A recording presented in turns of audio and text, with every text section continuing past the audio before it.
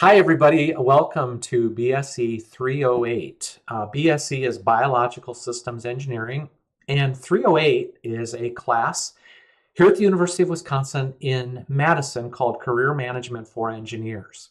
I will tell you that if you want to watch this content that I link on YouTube and other locations, you don't have to be an engineer. I think some of you who are working in science, who are working in agriculture, who are working in the food or the environmental sectors of our economy, you might find this to be interesting. We certainly welcome your participation, and we'll make a number of these various lectures and opportunities available more publicly. Let me talk a little bit about this presentation, just for those of you who are in fact enrolled in this class.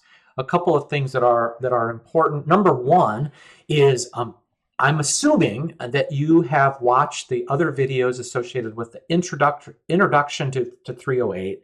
So that would include the syllabus, the assignments, the grading, all the kind of introductory stuff that you have in a course. And one other thing, if you are enrolled in this course, I urge you to go on to the Canvas website when you're done watching this video and complete the session summary sheet, which has a number of questions and discussion topics and opportunities. And if you have more questions about that, please feel free to get in touch.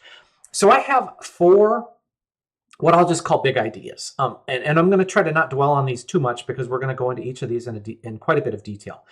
Number one is, if you zoom out, if you look at the big picture, our world, despite all the negativity that's out there, is really heading in the right direction. There's a lot of unevenness, a lot of upheaval. The second bullet, some of that upheaval has been the pandemic in 2020. And believe me, I'm extremely close to this because I just lost a precious family member in my family. My father just recently passed from COVID-19. It has been a massive disruptor, as well as some of the other events in 2020, the riots and the recognition of deep levels of racism and social injustice. Those are real issues.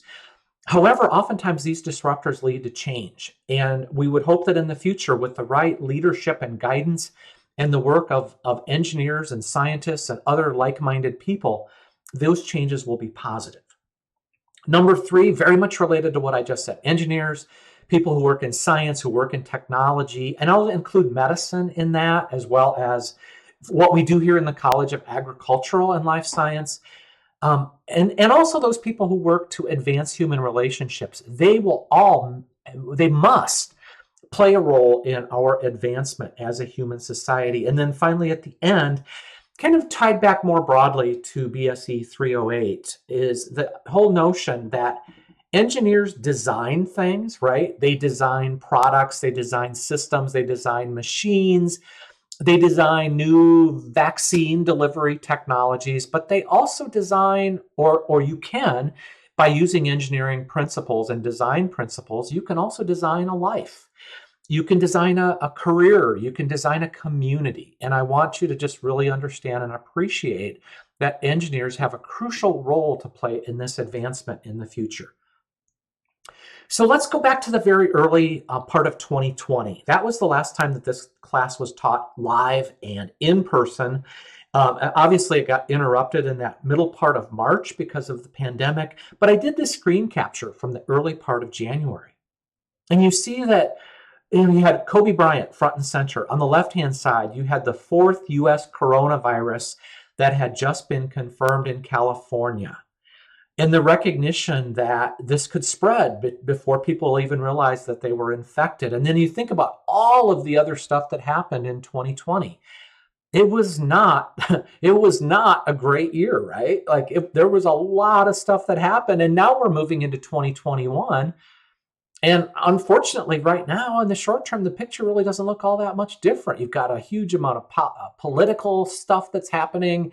You had the Christmas riots here in this country in Nashville, and you had the continued just sort of shadow that the coronavirus presents and probably will continue to present to us throughout at least the first half of 2021.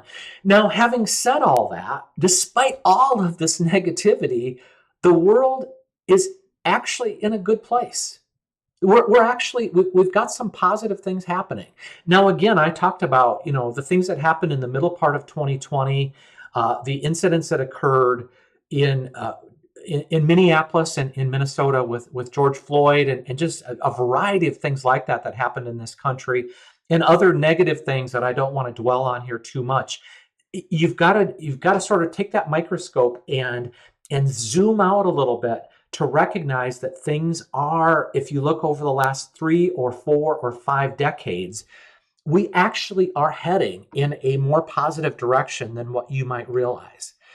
This is actually an article from 2015, almost 2016. So it's December 18th of 2015 in The Atlantic.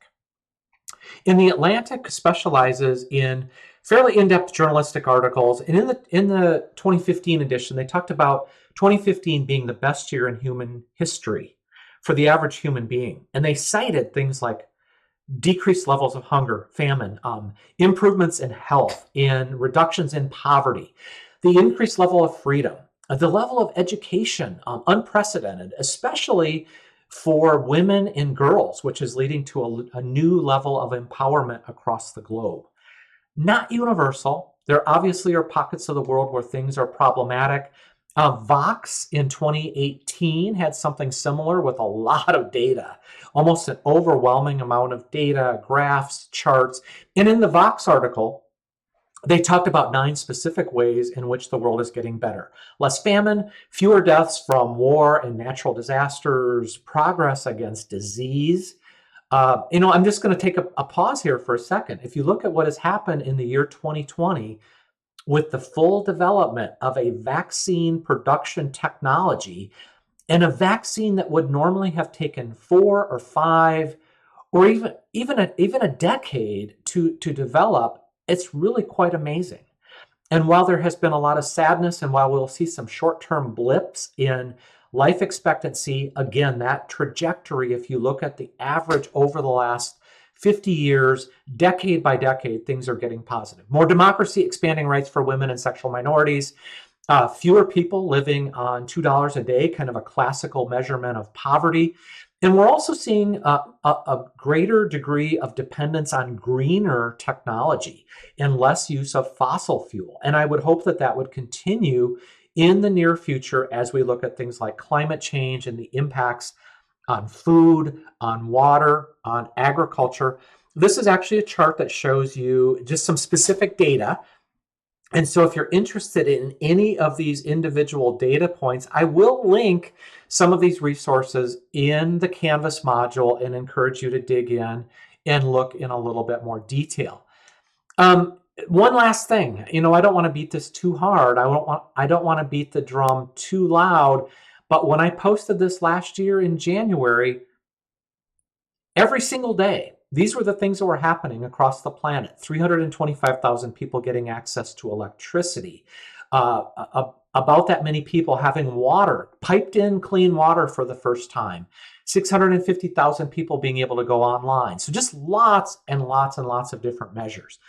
Let me pause here and just take a quick little break and say that while I'm painting a very positive picture, as we see advancements in engineering and in technology, those are good things. There are almost always unexpected, unintended consequences. And so another thing that engineers need to do is to make sure that we're familiar with risk, assessing risk, thinking about those unintended consequences, thinking about some of those negative things that can kind of sometimes go along with the science, with the advancements, and with engineering changes as they move forward. So as I talk about all of these changes, as I talk kind of hopefully in a really positive direction, you might ask, well, why? Like, why is this happening? I'm going to give you three answers that are part of the way I think about the world. Number one, and I've already talked about this, engineering and science and the scientific method. When we employ these methods to use logic, to be organized in our thinking, to use design thinking in the case of engineering, we are much better able to efficiently use resources to solve problems. I will also say that it's not just about science and computers and technology. It's also about people, right? It is about teams. It is about people working together collaboratively.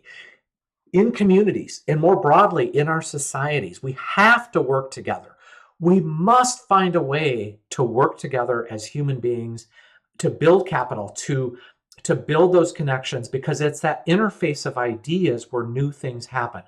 And then, as I've already talked about a little bit, the increased thinking about and deployment of technology to better our human condition. And that includes, but is not limited to, digital technology. So all of this is happening. Good things are happening. At the same time, we do face some pretty massive continued future challenges.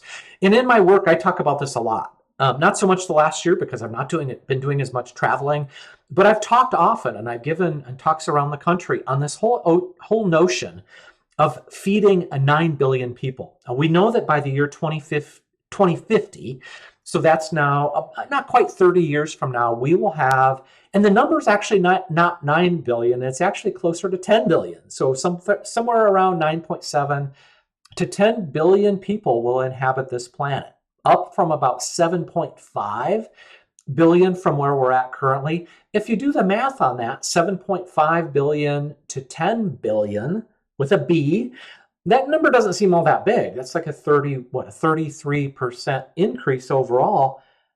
However, it's not just increasing our human population by 33%. It means a doubling of agricultural production. Let me explain that really quick. Why double? We're only going to increase our number of people by 33%, but John's talking about doubling food production or agricultural production. Number one is that as people become more affluent, as they have more disposable income, we know that throughout all of mankind's human history, we have demanded higher levels and higher quality of protein. And in our world, that means, in many cases, that means animal protein. Not always, but across the board, we are going to see a greater demand for animal protein, poultry, from pork, from other types of animals. That includes here in Wisconsin dairy products, it includes eggs, but animal protein will play an increasingly large role. And we know that when we produce animal protein, there's a certain amount of inefficiency, and we do have some losses. So that helps to, again, compound this notion of not just going up by 33%, but actually needing to double. And the other driving force, the other driving factor is an increased use of agricultural products for use in the green energy sector. So that would include biofuels, ethanol, the production of other types of methane from manure and from biomass. All of that will play a role in developing a greener future. Now, this is a challenge because if you look at that population growth of 33%, a lot of that population growth, in fact, the vast majority of that population growth is going to happen in our lesser developed countries. And these tend to be parts of the world that have a lesser degree of infrastructure. They don't have the road, the capacities, the transportation systems, in some case the communication systems, and some of the science-based networks that are needed to really propel things forward. And so there's going to be a lot of work needed to be done in developing areas and developing countries of the world. Here's the other thing that we know related to this whole notion is that we know for a fact that in developing parts of the world and in parts of the world that are the most food insecure, where we see the greatest level of hunger and concerns about food and food access, these also tend to be the parts of the world that have the greatest degree of conflict, either because of a lack of a functional government, or in many cases, it's simply because people are having difficulty surviving. And we know that, food and water is absolutely essential for human life. And people will do what they need to do in order to gain access to those resources. So if you're working in engineering, if you're working in biological systems engineering, if you're working in agriculture, agriculture is really a key to lasting peace. The idea here is we just have this really big, critical, important role to play in our human colleagues, our human society, the people who we live and work with, and that are living in other parts of the world. They need us. They need us, and we need them, and we need to continue to work together. So this is one of our challenges, feeding a growing global population, doubling agricultural production, and this is going to be needing to be done in the context of climate change. You could call this global warming, you could call it climate change. When I'm out and about talking to farmers, I actually frame it in this way. I call it weird, wild, wacky weather because there's been a lot of controversy, right? About, is climate change real? Is climate change really man-made or made by people? Yes, it is. And you could argue with me about that.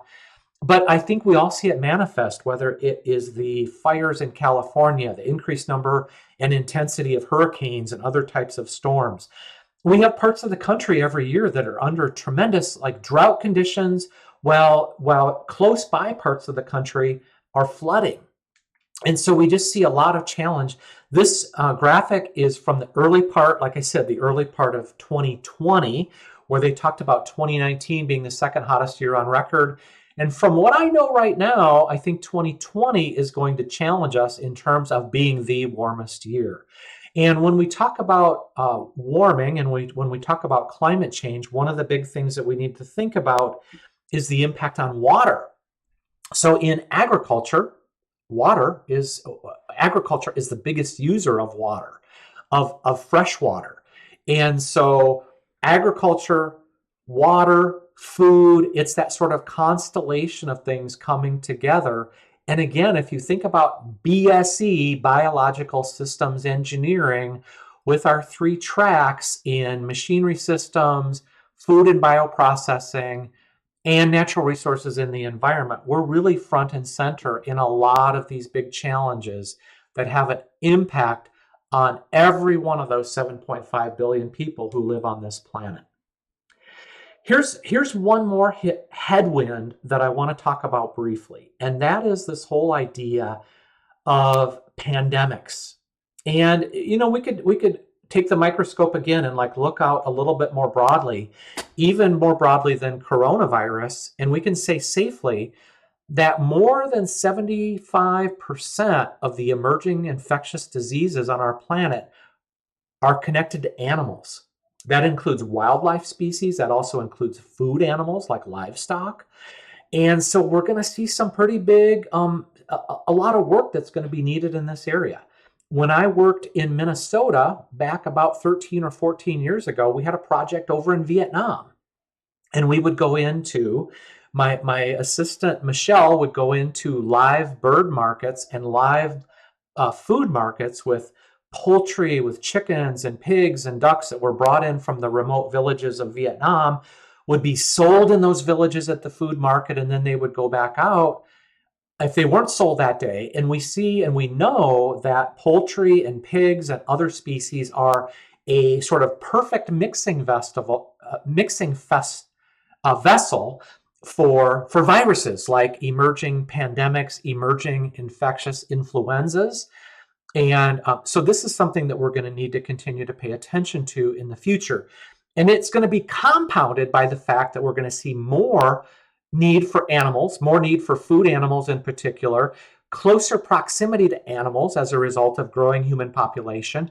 And also, as climate change pushes us or pushes wildlife into different parts where they may come in closer contact with human beings, that also creates a fairly major challenge. So let me take a moment to summarize part 1 and kind of where I'm at right now. First of all, great things are happening. We see some awesome progress as a human society, and we need to continue on that positive trajectory. Number 2, however, we have some big challenges ahead of us. We see this growing global population, this need to double our agricultural production and capacity. All of this is going to happen while we have climate change, a lot of concern about land and water. We have this strong set of connections between human health and animal health, and I will also say environmental health. And again, I personally believe that engineering is one of the key solutions. It has to be one of the key solutions as along with the other sciences, including agriculture, including medicine, including all of the other sciences that can be brought to bear to solve these complex problems. Now I want to shift gears a little bit and kind of talk about this more from an engineering perspective. And I want to specifically highlight The notion of advancements in exponential growth of digital technology and digital capability. Because I do believe that that is going to be one of the important parameters that we have to fully employ as engineers and as scientists if we're really truly going to change things. So I want to just introduce a concept here. This should not be new to any of you. I want to talk a little bit about the difference between linear growth and exponential growth. So linear growth is when something changes essentially by a fixed amount every year. And let me just use a quick example. I mentioned the fact that my father had just passed as a result of coronavirus. Back in the 1970s, when my father was a young man, he started with 80 acres. He wanted to go back and farm full time after working out in industry, he worked in the insurance industry actually. And he started with 80 acres and he decided that he wanted to try to grow by about 80 acres per year for several years. And so the 80 became 160 in year 2. In year 3, it was 240. In year 4, it was 320. You get the picture. That is the perfect example of linear growth. Exponential growth, on the other hand, one way of thinking about it is if what he had said, I want to grow exponentially, I'm going to double that first year, and I want to then double every year thereafter. So he would have gone from 80 to 160, 160 to 320, 320 to 640 after only 4 years. But that was really going to have heated up so that by the year 10, his 10th year in farming, he would have been farming 40,960 acres. That's kind of hard to think about. That would have been a huge, huge farm back in the 1970s or early 1980s. And yet that's what exponential growth looks like. And exponential growth is exactly what is happening with digital and computing technology. Back in the 1960s, Gordon Moore, who went on to form Intel, a lot of you probably heard about Intel. They're one of the world's biggest manufacturer of computer chips. So Gordon Moore talked about Moore's Law, or he invented Moore's Law, or developed or hypothesized Moore's Law, saying that computing power was likely to double every 12 months. And I'll say computing power, but also storage capacity. And in fact, Moore's Law held true to the extent that, let me just use an example here. If I take a look at my iPhone 11, pretty sophisticated computer, right? It would dwarf anything that existed on this planet back in 1969 when we first sent a man to the moon. But if we go back to 1969, even my iPhone 4, my first personal iPhone, had more computing power than existed in all of the NASA space program back at that time, back in 1969. That's pretty amazing to think about, right? So we carry around in our backpack or pants pocket or whatever you wear, we carry around more computing power than existed on the entire planet back in those days.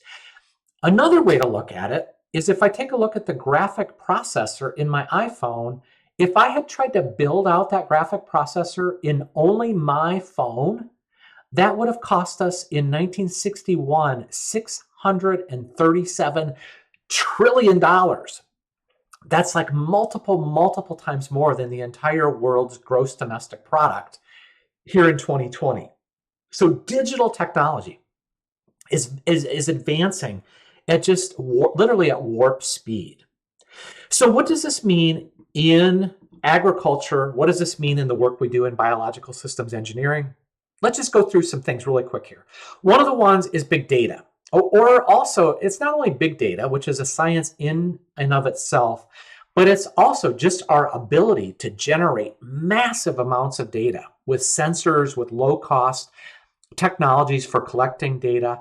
The amount of data that we're generating on a daily basis is a growing wave. It's like a growing tsunami. And it's driven by new forms of data collection devices, as I talked about, sensors, drones. Drones and UAVs are kind of cool. You get to fly over farm fields and use fancy cameras. But if you really stop and think about it, there's just simply a sophisticated mechanism that we all now have access to collect data. In this case, to collect visual data through cameras and other types of devices. So we're going to be using this data to fuel decisions and other types of controls using artificial intelligence and other types of technologies. We see some of this happening in our world now with Siri and with other things like the Amazon Alexa or the Amazon Echo.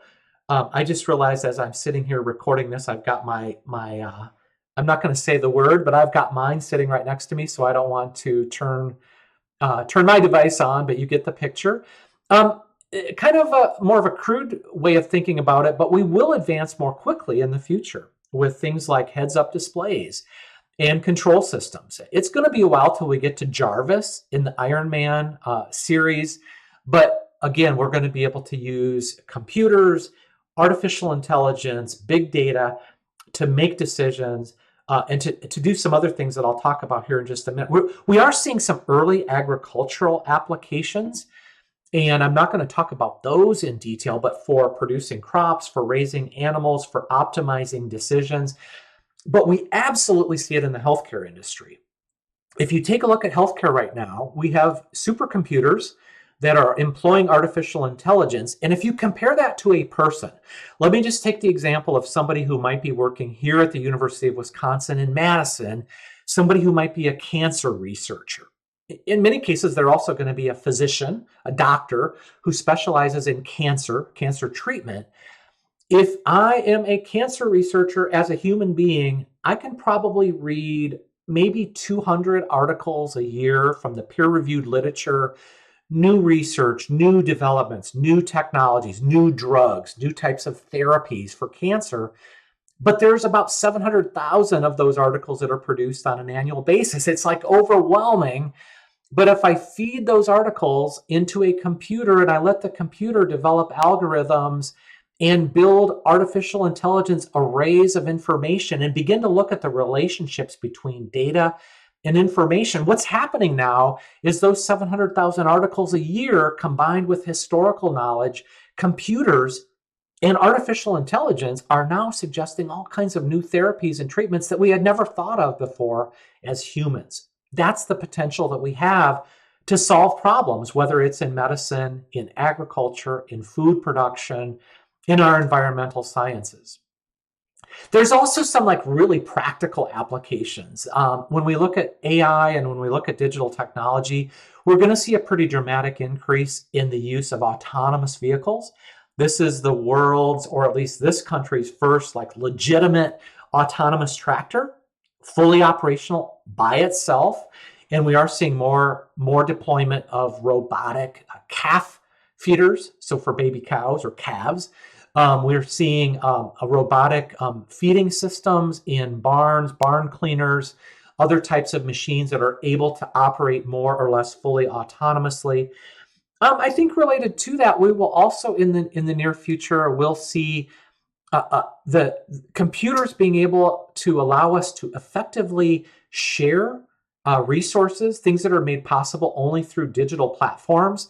So the example that I think about is if I travel now to a different city in the US or to a different city in the world, I don't really have to rent a car anymore, right? Because I can get on my phone and for $6, I can go 5 or 10 miles on an Uber. I don't have to own, in the future, I may not even have to own a car. Cars are typically only used like 5% of the time, so maybe there will be more car sharing services. We see the same thing with Airbnb. When we travel, people that are sharing a portion of their home rather than you having to get a hotel or a motel room. And I think that we're going to see similar applications in farming and agriculture. I think we're also going to see much more deployment of 3D printing. You know, right now, if I'm going to buy a part for a tractor or a combine or other type of machine, I need to be working with John Deere. They're going to have a factory someplace, a facility that's going to manufacture that part. And I believe that in the future, we're going to see more on-demand printing of parts. We're going to be able to much more effectively and efficiently print high-strength metal parts. And again, this will continue to advance rapidly where I can print something, you know, regardless of where on the planet I'm located, and I won't have to have a parts depot ship something out to me and all of the inefficiencies and fuel use and energy use that goes with that. That's on the technology side. I also want to talk a little bit about people. And I want to talk about some of the changes that we see in our workforce and in our leaders. And this is where my take on diversity comes into play. And let me just talk about this for a second. This is in the syllabus in your class. As an engineer, I have always been a huge believer that innovation occurs at the interface between cultures, between disciplines. So just as an example, when I say disciplines, I'm actually a faculty member with an affiliate appointment in the School of Medicine and Public Health. I've had people say, well, you're an engineer. Why would you be in medicine and public health? And I'll tell you, it's because engineers have to be part of solutions to protect people, to protect their health. If you've got a farmer who's going to be going into a barn, he or she needs the appropriate level of ventilation to protect their health, the appropriate types of personal protective equipment. And so we need to be working with doctors and other health providers. So I believe, again, in the value of diversity, and it's about the people. It's also about the ideas. It's about ideas coming together, different ways of thinking, different ways of solving problems, different orientations, whether you're from a different sexual orientation, a different country, you speak a different language. We all think about the world, including as individual human beings. We all think about the world just a little bit differently. And there's a beauty in that. There's a synergy in that. And that is something that we need to continue to do. I want to specifically highlight for just a moment the role of women. And one of the things that's changed since I was in school back in the 1980s, the program that I was in at Purdue in the agricultural engineering department, now called agricultural biological engineering, we had in graduating classes of 40 or 50, we typically had 2 or 3 or 4 women. We saw women in other fields, animal science, agricultural economics, in some of the engineering disciplines. However, broadly speaking, we didn't have a lot of engineers who were women in the 1970s and 1980s. And if you go back into the 60s, it was even fewer. Now, in the College of Agriculture, you can see women. In 2019 and 2020, we had 3,058 undergraduate students, 1,933 were women, and 1,125 were men. So women are increasingly playing an important and vital role in agriculture. And that includes not only here in Wisconsin, but that also includes a role that they need to and must absolutely play on a global stage. Remember, I talked about feeding 10 billion people. Women have to be part of the solution. Why? Because women, number one, make up 43% of the agricultural labor force in developing countries. And we know that if women have equal access to resources as compared to men, women will produce a 30% greater return on investment, and they will have 30% greater efficiency in terms of how they use those resources. And that's not just in agriculture in a developing continent or a developing area of the world. That also includes here in this country. There have been studies that have been done looking at Fortune 500 companies, and they have learned that boards of directors who have more women generate 42% greater return on sales and 53% greater return on equity. So we need the thinking of women. Women have to be part of the solution. And I think in BSE, that's why we're so proud to have, increased our enrollment with women. At the same time, we have a lot more room to grow, a lot more opportunity. And it is a way that we can really make an impact on the world. So when we break ourselves into teams, if you're in BSE 508, and we try to balance things out based on gender, based on ethnicity, based on language and culture and country, we're doing that for a reason, because we need the thinking of all people from a diverse perspective to really make a difference in our challenges that we face. So here's my summary for kind of section number 2 here. First of all, we've never seen these rates of change like we see today. Digital technology in particular, but also advancements in medical technology. Again, I talked about the advancements in the vaccine production platform that is going to help us find our way out of the global pandemic. There are major applications here in the BSE program if we embrace the opportunity. Having said all that, we've got tech, and we've got digital, and we've got computers, and we've got sensors, but we have to have people. And we have to have people who think diversely, who are respectful, who bring their unique thinking, their ideas, their cultures, and ways of thinking to solve these really critical problems. Let me just end here by talking about a couple of things that I have done over the last several years. I've written papers, and one of the papers I wrote about was a young woman from here at UW-Madison named Natalie, and I'm going to link you to these papers and what Natalie's future might look like as a graduate in biological systems engineering. Natalie will likely make full use of all of these technologies that we have talked about for solving problems, for designing solutions, for communicating, for her ability to make decisions, probably using artificial intelligence, maybe even using technologies like virtual reality. I do foresee in the near future us using virtual reality, having professors in classrooms from around the world, from around the country at least, who are in the classroom using virtual reality to bring the very best ideas into the classroom, and not only into the classroom, but also into things like training rooms for people who work out in companies. I believe you will see this, and this will be one of those things that will have resulted as a response to the coronavirus and our recognition that we don't necessarily always have to have people traveling around the world to share ideas. I talked a little bit about autonomous tractors. I think we're also going to see autonomous cars and trucks. And I think that in the future, your Amazon packages and your UPS is going to be delivered with an autonomous vehicle, maybe with a robot, maybe with an unmanned aerial vehicle. I think we're going to see increases in our shared economy, as I talked about.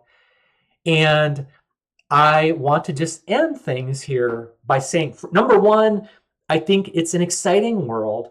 I'm excited to be part of BSE. I'm excited that you're in this class, by the way, because I think our world, if we embrace these challenges, will be cool and exciting in the future. But there are some things I want you to keep in mind.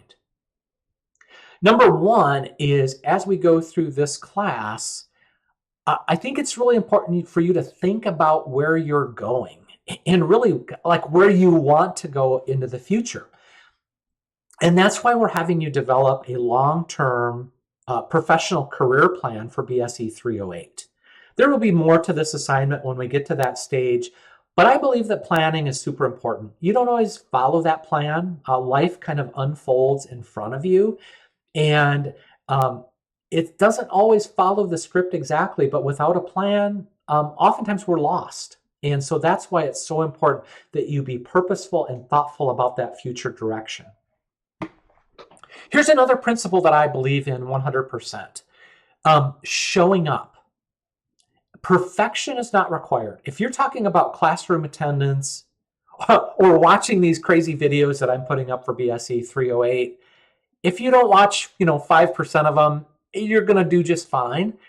If in life you attend 98% of the meetings, you're going to be just fine.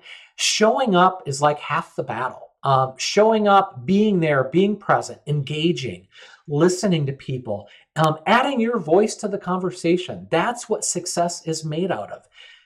Success is not about perfection. Success is about being there at the right time, being able to capture the opportunities when they're presented to you. We don't know when these opportunities, we don't know when these life changes are going to happen. We don't know when the next pandemic is going to happen.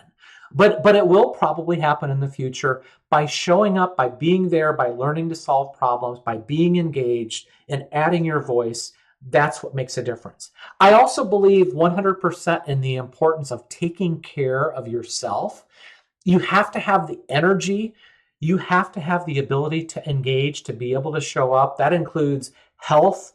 That includes wellness. That includes a little bit of exercise, eating well. I'm not going to bore you with those details, but I think it's really crucial. We are like machines. Our bodies and our brains are like machines, and we need energy, and we need to make sure we're taking care of ourselves. Also, never pass up an opportunity to give back to others, whether that's lending your expertise to Maybe it's a middle school science fair. Maybe it's helping out a person who doesn't have the same advantages and good fortunes that you have had to be able to live the life that you've lived. Never pass a chance to give back to others. And then the last thing that I'll say to you is to try to always be a learner. Now, in this class, I'm linking a ton of information, more than what you really need to be able to be a success in this class, to get your passing grade. But I'm doing this in part because I want you to be curious about the changing world around us, to always be learning, to always be thinking about information, and to always feel comfortable in accessing what's out there. So I would like to thank you for participating in this little module. I'm right now looking at about 45 minutes. So this is about what I wanted to do. I really encourage you, if you do have questions or comments, again, I'll be linking a number of the resources that are on this slide, and then there are others that I'll put into the Canvas module. Also want to just thank my various credits or my various photo sources for some of the photos that were used in this presentation. Again, thanks. I look forward to an exciting semester with you in BSE 308. I hope I've excited you, I guess, a little bit about the world that's around us. It is a cool time. It's a cool future. Right now in 2021, things are a little bit scary, but we will get through this. And I look forward to doing it together with you. Thanks and have a great day.